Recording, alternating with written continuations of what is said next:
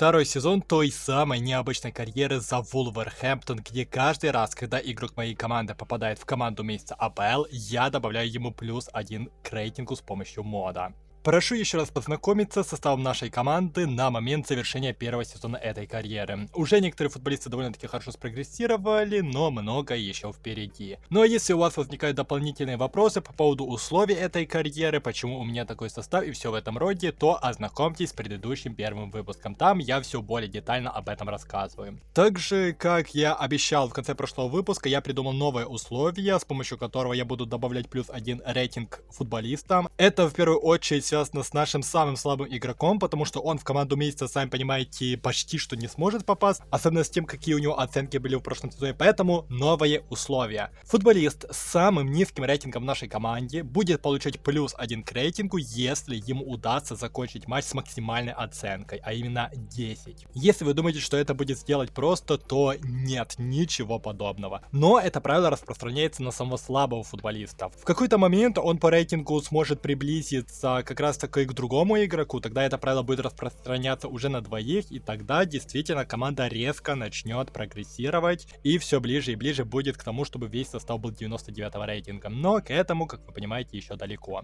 Ну и еще одно дополнительное условие, о котором я почему-то не подумал в прошлом выпуске, то что еще я буду добавлять +1 к рейтингу футболистам, которые попали не только в команду месяца, а и в команду сезона АПЛ. Ну а теперь уже приступаем к обзору второго сезона. Также, если вам интересно расписание видео или другие новости моего канала, в описании есть ссылочка на группы в Телеграме и Инстаграме. Сезон для нас начался с минимального поражения от Лидса Юнайтеда. Потом сыграли на ничью 1-1 против Эвертона, с минимальным счетом проиграли Тоттенхэму и скатали на ничью против Борнмута. И я очень удивлен, что при таких слабых результатах два наших футболиста попали в команду месяца. 1/32 Кубка Английской лиги и первая наша победа в этом сезоне. Нашей жертвой стал Уэст Хэм Юнайтед, который проиграл нам со счетом 2-0. И с таким же счетом дальше нам удалось выиграть Кристал Пэлас. А у с Ноттингем Форестом ничья 1-1. Но это тоже довольно неплохой результат. Также скатали на нулевую ничью против Сандерленда и прошли еще дальше в Кубке Английской лиги, обыграв Ковентри Сити 2-1. А вот Ливерпулю мы вполне ожидаемо проиграли со счетом 3-0.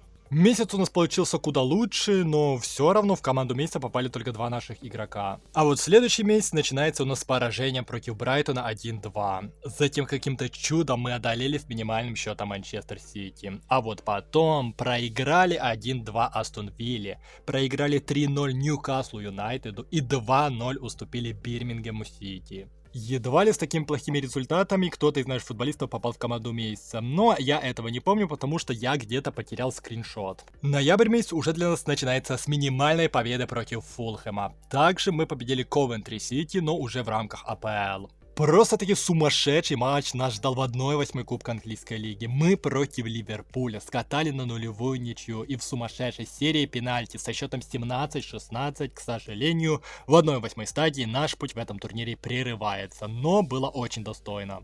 Чего, к сожалению, не скажешь про ничью 1-1 против Лестера. Ну и еще проиграли лондонскому Арсеналу 0-2. Не лучшие результаты у нас получились в ноябре, но сразу 4 футболиста из нашей команды получают +1 к рейтингу. Дальше у нас был довольно близкий матч против Челси, где мы уступили 2-1, 2-0 проиграли Манчестеру Юнайтеду, внезапно довольно уверенно победили Лидс 4-1, это уже чемпионат пошел по второму кругу. Ну и все так же скатали на ничью против Эвертона. 1-4 в этот раз куда крупнее уступили Тоттенхэму и в близком и тяжелом матче сумели одолеть Борнмут 2-3. Довольно неплохой получился месяц, но, к сожалению, только один футболист из нашей команды среди 11 лучших. На данный момент это наше самое крупное поражение в этом сезоне. 2-5 уступили Кристал Пэласу. Зато после этого для нас начался Кубок Англии, и там у нас наоборот самая крупная победа 8-1. С Сандерлендом, к сожалению, скатали на ничью 1-1. Еще и проиграли Ноттингему 1-3. А вот в Кубке Англии наш путь дальше продолжается после победы над Портсмутом 2-0. Ни одной победы за 3 матча, но один игрок из нашей команды здесь есть. После минимальной победы над Манчестером Сити нам удалось в этом сезоне совершить еще одну сенсацию. Победа над Ливерпулем 2-0. Дальше еще и сумели победить Брайтон 1-3. И снова внезапно победили Манчестер Сити с минимальным счетом.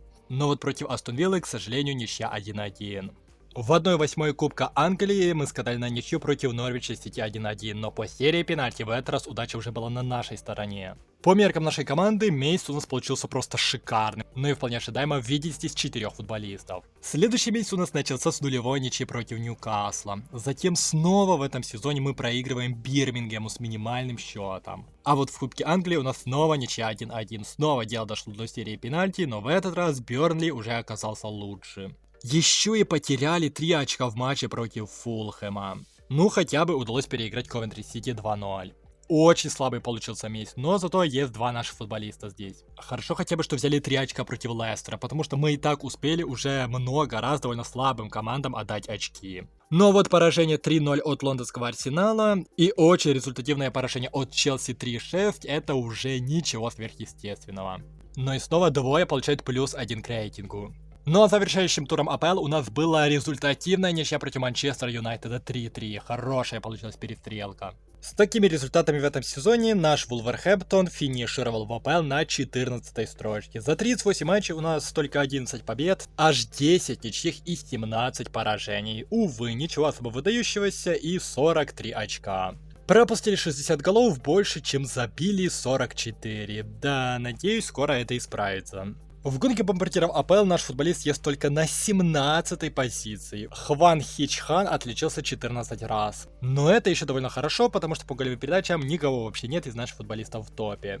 Насчет нового условия, где я еще буду добавлять рейтинг тем футболистам, которые попали в команду года, то здесь такая же ситуация сложилась как с одним месяцем, то что я где-то потерял скриншот. Ну а что касается общих итогов сезона для нашей команды, то за 45 матчей у нашей команды 16 побед, 10 ничьих и 19 поражений. 36% побед. Даже хуже, чем в прошлом сезоне, на удивление. 8-1 у нас обновилась рекордная победа. Рекордное поражение все так же держится из прошлого сезона. Ну а по победной серии и матчам без поражений у нас здесь 6-7 показателей. Не знаю, что-то ли здесь поменялось. Но самое главное, как изменился состав нашей команды. Еще раз напомню, как он выглядел в начале этого сезона, а так он выглядит по итогам этого сезона. Средний рейтинг команды вырос с 78,5 до 81. Также игроки суммарно спрогрессировали на плюс 27 рейтинга. Ну и как вы видите, вполне ожидаемо, что в нашей команде появился уже первый игрок с 99 рейтингом. Это Ладислав Крейчи. Кстати, что касается Сахида Олагунджу, то он спрогрессировал всего лишь на 1 рейтинг в этом сезоне. Как раз таки в той самой рекордной победе он и получил оценку 10. К сожалению, второй сезон получился не особо лучше первого. Я бы даже сказал в каком-то смысле хуже. Потому что мы финишировали на 14 строчке, в прошлом сезоне у нас было 12, но зато в кубках 1/8 Кубка Английской лиги это неплохо, но ничего прям выдающегося, а вот Кубок Англии, четвертьфинал, вот это довольно-таки неплохо. Но все равно эти достижения еще особого веса не имеют. Команда продолжает прогрессировать, игроки продолжают расти в плане рейтинга, поэтому успех долго ждать себя не заставит. Но будет ли этот успех уже в следующем выпуске, если честно, не уверен, но увидим. Надеюсь, это видео вам понравилось, и если это так, ставьте лайки, подписывайтесь на мой канал, если вы впервые и хотите продолжать следить за моим контентом, нажимайте на колокольчик для уведомлений, и желаю вам успехов, и надеюсь, увидимся в следующих выпусках.